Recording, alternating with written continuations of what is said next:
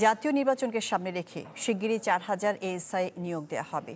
এর মধ্যে 2000 সরাসরি ও 2000 পদোন্নতির মাধ্যমে নিয়োগ দেওয়া হবে বলে জানিয়েছেন পুলিশ প্রধান। আর জনপ্রশাসন মন্ত্রণালয়ের সিনিয়র সচিব জানিয়েছেন, জেলা প্রশাসকদের কখনো লটারির মাধ্যমে পদায়ন হয় না, হবেও না।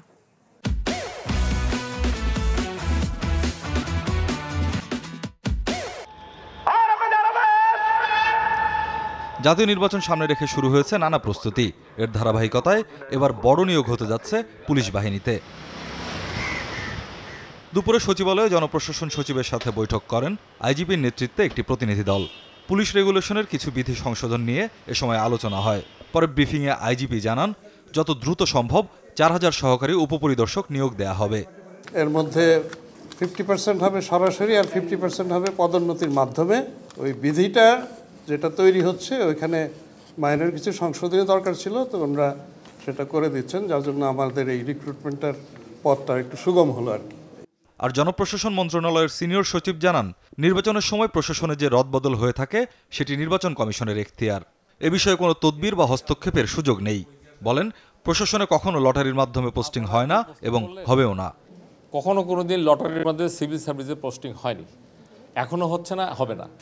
এখন হলো কমপ্লেনের এগেনস্টে আমাদের ফিট লিস্ট আছে, সেখান থেকে তাকে উইথড্র করা হচ্ছে। মাঝে দেখছেন কিছু হয়েছে, আরও সামনে হবে। আর যেখানে স্টেবল আছে, যেমন জয়েন্ট সিটির অনেক হয়েছে, আমরা ইলেকশন আগে এই জয়েন্ট সিটিতে তুলে আনবো, তো সেই জায়গাতে ডিডিসি রিপ্লেস করতে হবে। সচিব আরও জানান, বিতর্কিত 3 নির্বাচনে জড়িত কোনো কর্মকর্তাকে এবার দায়িত্বে রাখা হবে না। কঠোর হুঁশিয়ারি দিয়ে বলেন, ভোটের সময় কোনো কর্মকর্তা দল বা ব্যক্তির পক্ষে কাজ করলে তাকে প্রত্যাহার করে প্রশাসনিক ব্যবস্থা নেওয়া হবে। চ্যালেঞ্জটাকে মেনে নিয়েই অনেক ধরনের স্ক্রুটিনি করে আগে যারা এগুলোর সাথে জড়িত ছিল অথবা প্রোঅ্যাক্টিভ ছিল, ওভার অ্যাক্টিভ ছিল, এদেরকে এই তালিকার মধ্যে এরা কেউ নাই এবং থাকবে না।